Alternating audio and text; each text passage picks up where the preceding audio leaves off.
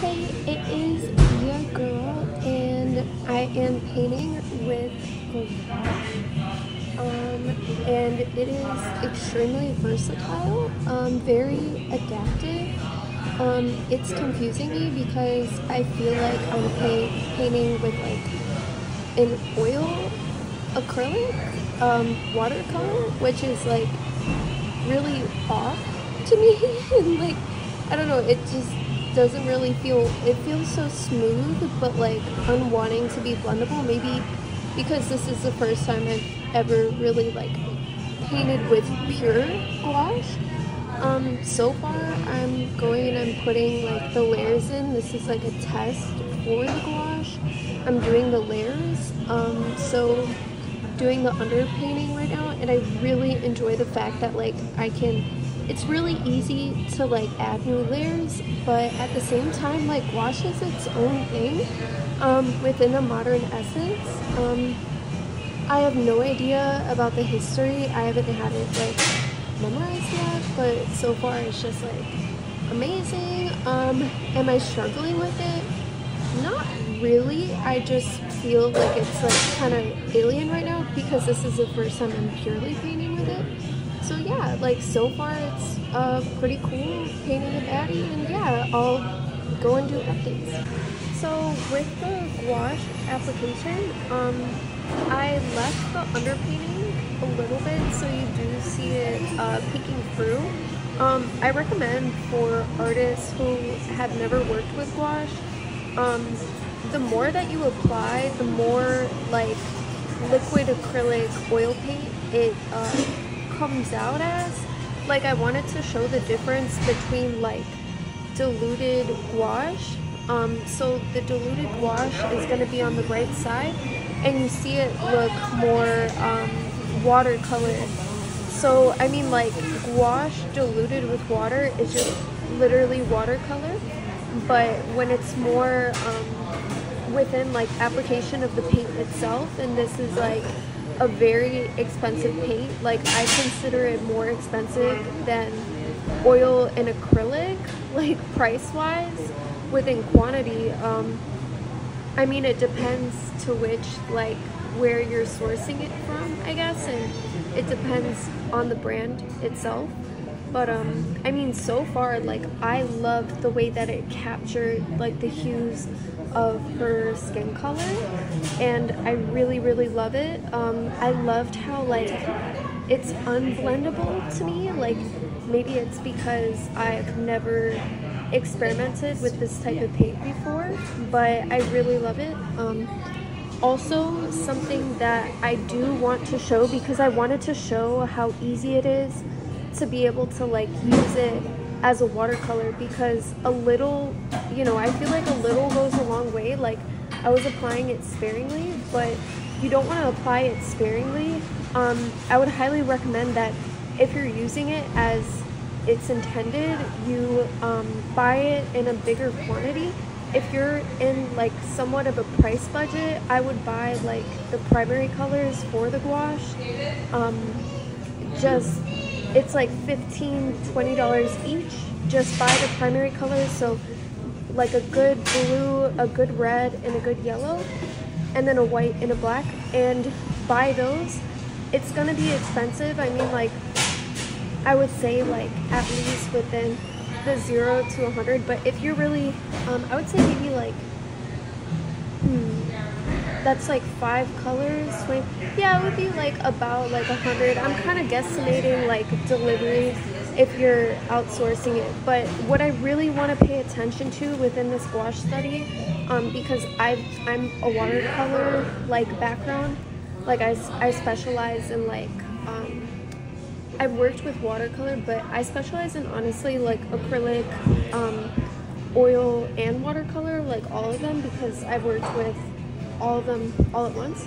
So yeah, like pay attention to this part, right? Like this is more the gouache consistency. This is the gouache consistency. Right here, when you dilute it, it becomes watercolor. So I highly recommend buy the primary colors. If you're on a price budget and you honestly can't like afford like to be buying gouache, like a big, like regular size gouache set, I would recommend like work small, get the primary colors, and yeah, that'll really help you, because look at the difference. This is traditional gouache, right? This is how it's supposed to look, and then this is how it's applied. Look at this study. This is how it's applied when it's watercolor. So it's diluted. So it can be applied both ways. So whether or not you actually go and you put the paint from the tube and you paint more with it as if it's like an oil, or like you put more within the paint pigment. So for example, if you're mixing it, like I'm showing you my palette, you're mixing it like this, like you see how that's, you know, instead of diluted, it'll come out as a watercolor this way. But if you're mixing it with the paint consistency from the tube, and then you add maybe just a tiny bit of water so that it's like malleable, it feels like an oil, that's how it's going to look like a gouache. So that's what I highly recommend. For those who don't really know how to work with gouache, or my overall thoughts with gouache is that honestly, like, it's very great as like a portable, like it's very great as a portable paint. Like, it's very awesome, but it's very expensive as that portable paint. So it's like you're going to pay more money for the portability and the ability to bring it with you and take with you if you're someone who is a traveling painter, or you chill with friends and you want to paint when you're with your friends, or you're working on homework at cafes and you don't want to be bound to your like apartment or wherever you're at, your dorm, whatever your painting needs, you just want to be a social painter. I would highly recommend gouache for that. Now that is more expensive because when it can like malleate, or it can replicate oil. So you're not going to be painting with something that's toxic or as toxic as oil, because oil is not something that you should be like even painting with at your house. Oil should be painted with at like a studio or a school environmental setting, or somewhere where the oil can be contained as a workshop. I mean, think of fire and how fire has precautions. I mean, oil has precautions as well as acrylic. So I feel like, in a way, I don't know the physicality or like the way that gouache can be, like what gouache pigments we shouldn't be painting with, or whether or not that it will cause some sort of like reaction within physicality, because in paints that are not made in the US, they're going to tell you that, oh, these are harmful paints, or you shouldn't paint with them just regularly. You should be wearing like a mask. You should be like, you know, this is how you need to handle this material. In the US, we do not have that type of direction, or like even with our like cigarettes and stuff like that, it just is a cigarette box. You know what I mean? Whereas in other countries, like in Asian countries, they're going to show like with those cigarettes like actual pictures of like what happens if you smoke those cigarettes over time, like lung cancer images, or like mouth cancer images and things like that. So that's important to note as well. But yeah, when handling this paint, it was very fluid. So what I'm personally going to do is that I'd like to get the artist grade gouache and just get the primary colors, but invest in a bigger tube of the gouache itself. So that's what I highly recommend. But yeah, if you're just trying it out, I mean, like, it's amazing as like a portable oil. Like, to me, it's not more so acrylic, it's more of like the way that I feel myself using it is like an oil within the gouache. So I highly recommend it for people who are oil painters and, you know, they just have a jar of water with them, or like they're painting in like a cafe. Like, do not eat and paint at the same time with gouache. That is not recommended. That's what I saw within, I mean, like, I use paints that are based outside of the United States because the precautions of the paint are more likely to be like talked about. And if you're like a painter with health concerns, like you have like asthma, you have respiratory issues, or you're immunocompromised, you have to be checking for those things because it can hurt your lungs. So yeah, just an overview. I really love gouache. I love it's like, it has a very aesthetical way that it presents itself, and a very distinct way, although it can mimic, it's almost like scorpion.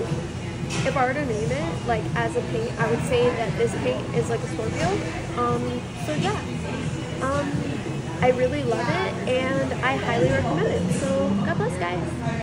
The last thing that I would like to say is that when handling gouache, I would highly recommend, like, don't use your watercolor brushes unless you would like to handle it as a watercolor.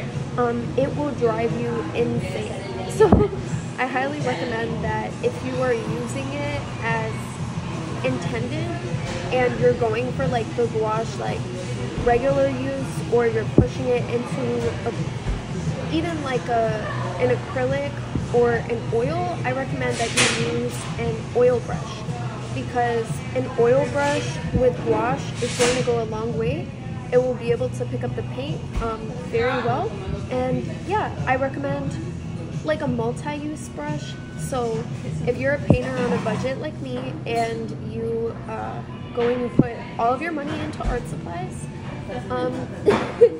then I highly recommend that you go and you use an oil paint brush, and use the paints sparingly, because that's what's going to work the best for this type of paint. So yeah, God bless, guys. I am going to go and try and pick up some new brushes and see what brushes are going to work the best with this paint, and I'll report back to you guys and show some, you know, just like mini tutorials with the paint that I have, and try out some other gouache paints. I know that people talk about the Himi paints, and I really want to experiment with the artist grade gouache and see how it actually works as a medium before I would do the Himi gouache palette. But yeah, God bless, guys, and have a lovely day. And one more thing, something that I would like to say is that, like, I am a painter who has been painting all my life, so I do have a lot of experience with painting and different mediums of painting, and I taught myself how to paint before I was ever instructed how to paint. Like, I had to self-study. What I'd like to say is that gouache as a painting medium is not something quote-unquote for the weak. It's more so a type of painting medium that I would recommend that you work with if you have experience with painting, because even someone like me, where I've been painting my whole life and things like that, I still struggle with painting with this medium because I've never experienced it before. Number one, I've never painted with it before. But I highly recommend that you get watercolor down, you get the basics of watercolor down, you get the basics of oil down, and you get the basics of acrylic before you're really painting with gouache. And honestly, if you're someone where you like a challenge, I recommend you just, even if you don't have those backgrounds, I recommend that you would learn gouache first before you would learn watercolor, because if you have a watercolor background and you only paint with watercolor, you're going to struggle. So I highly recommend that within gouache, you go and if you don't have that background within the basics of oil painting, watercolor painting, and even acrylic painting, I recommend that you learn gouache before you would even learn watercolor, because watercolor will only benefit you within gouache painting if you use the paint sparingly with water. If you dilute it with water, it'll show up as such, because gouache Diluted is watercolors. So the more that you know those basics, it will help you flourish. But for those who are inexperienced and you're just learning how to paint and you would like to teach yourself how to paint, so you come from a background like me where I was not taught how to paint in an institution, I taught myself art, and then started becoming institutionalized within my painting and learning traditional painting and traditional art. I highly recommend that you would learn gouache first.